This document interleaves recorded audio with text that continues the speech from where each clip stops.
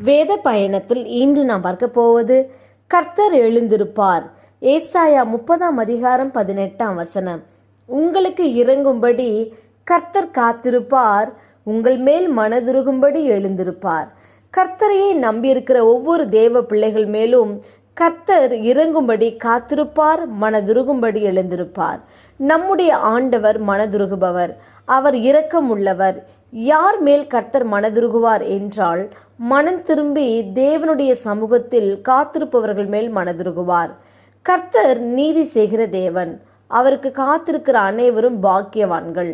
ஆம், நீங்கள் கர்த்தருக்காக வைராக்கியமாய் காத்திருப்பீர்கள் என்றால் கர்த்தர் நிச்சயம் உங்கள் மேல் மனதுருகுவார், மனதுருகும்படி எழுந்திருப்பார்.